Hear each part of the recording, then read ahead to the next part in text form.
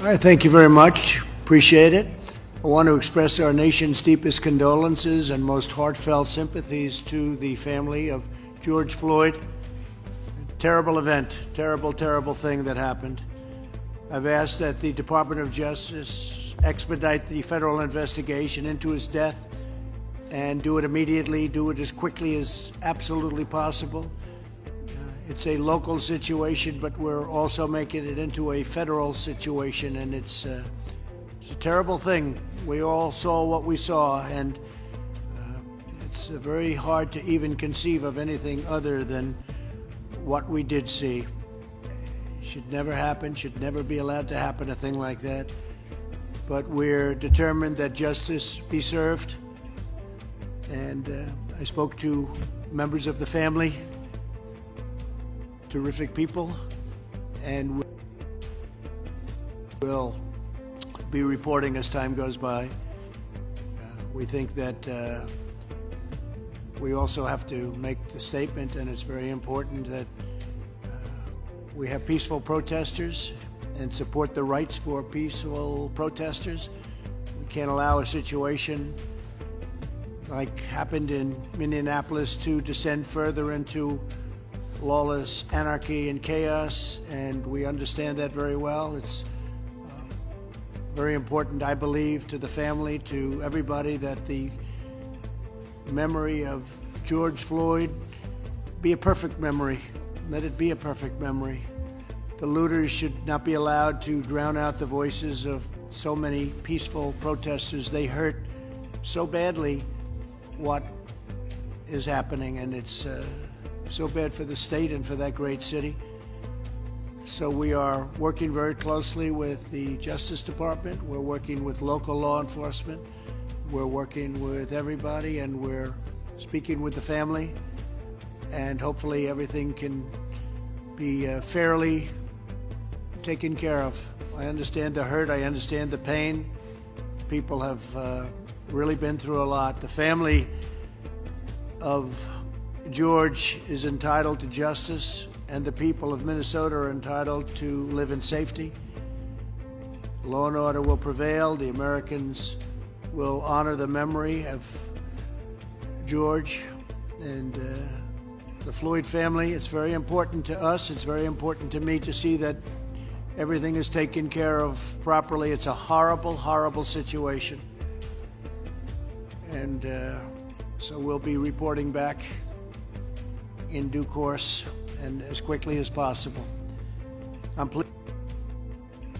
pleased to welcome American industry leaders to the White House as we continue to safely reopen America. We're glad to be joined by Jeff Bellotti of Wyndham Hotel and Resorts. Wyndham Hotels have been really terrific company over the years. Brian Goldner of Hasbro, Dave Hoffman of Dunkin' Brands, Gary Kelly of Southwest Airlines. Really good jobs they've done.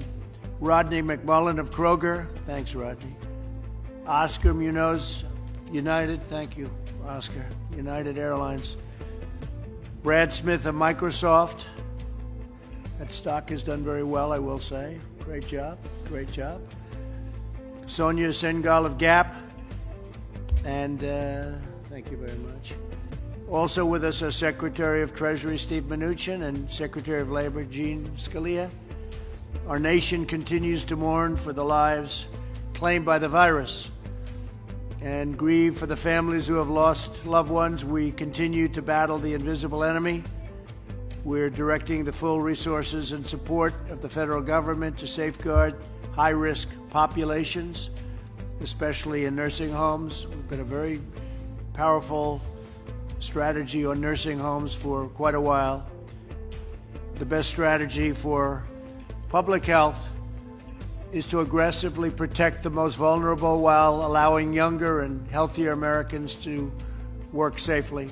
Nationwide hospitalizations, new cases, and deaths are all declining. We're tracking cases and hospitalizations daily, and states are demonstrating their ability to rapidly identify and contain new outbreaks. Our testing is the best in the world. We've now surpassed 15 million tests, which is much more than any other country. by a factor of many times. We've completed over 15 million, and that is, I think we can say that's a record by a lot. And we're going to give you a big report on testing tomorrow. We have new tests coming out that are above and beyond anything that anybody would have thought even possible just a couple of months ago. In many places, we've had more tests available than people seeking them. Florida and others have said that they have testing and they don't have enough people to take the test. So we've come a long way. We started with an empty cupboard. We didn't have a lot that we inherited, and we are, I think really they've stepped up to the plate on ventilators, on tests, and on equipment and gowns and everything else, gloves. If you look at masks, everybody has masks now. To maintain the health and safety of our society, we must also maintain the health of our economy. There's a reason why our nation's life expectancy is closely correlated with economic development. A never-ending shutdown would increase, not reduce the total loss of life in the United States while failing to focus resources on the most vulnerable. We've made a lot of progress in terms of the invisible enemy, a lot of progress. A lot of things have happened that have taught us a lot. Nobody's ever seen anything like this, and there certainly hasn't been anything like this since over 100 years, 1917. I want to thank all of these great companies for being here and representing their company and themselves and our country so well. We're going to be having a discussion with the companies as to suggestions they have. We think we're going to have a very strong opening, which has just started, really.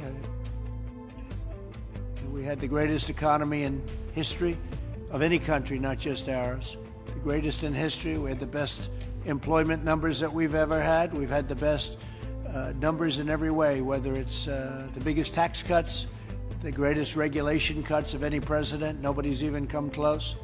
We've rebuilt our military. We have the strongest military we've ever had. New equipment coming in all the time. A lot of it already arrived. And very importantly, all made in the USA. And so many other things. You look at what we've done for the vets with choice and accountability. The combination, they weren't able to get that done for over 40 years, and we got them both approved. Right to try, got it approved.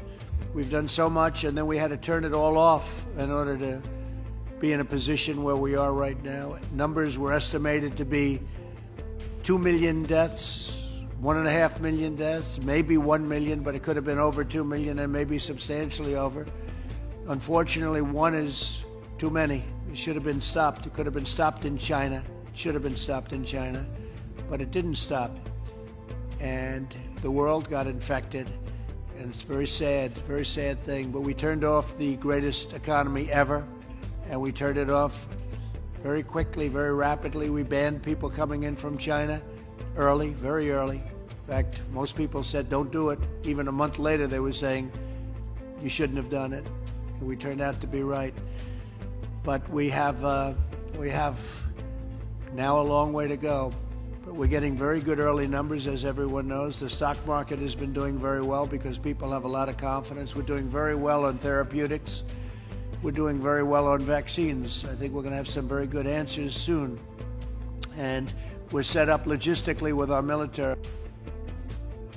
Our military is set to move and to act so that when, I think I can say when we have that vaccine, I think I can say it with pretty good surety based on what we're seeing, that rather than taking long periods of time and bringing it out slowly, we're able to bring it out very, very quickly. So we have a general in charge of logistics. That's what he does, and he's supposed to be the best, usually moving soldiers and moving various things for other reasons, but now he's going to be moving vaccines or therapeutics, depending on what ultimately ends up.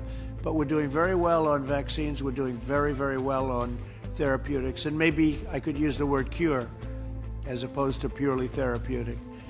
So I want to thank everybody for being here. We have a lot of positive things to report. You see some of the numbers coming out with some of the states that have been opened, and some of the numbers have been really, really beyond expectation. So we're very happy.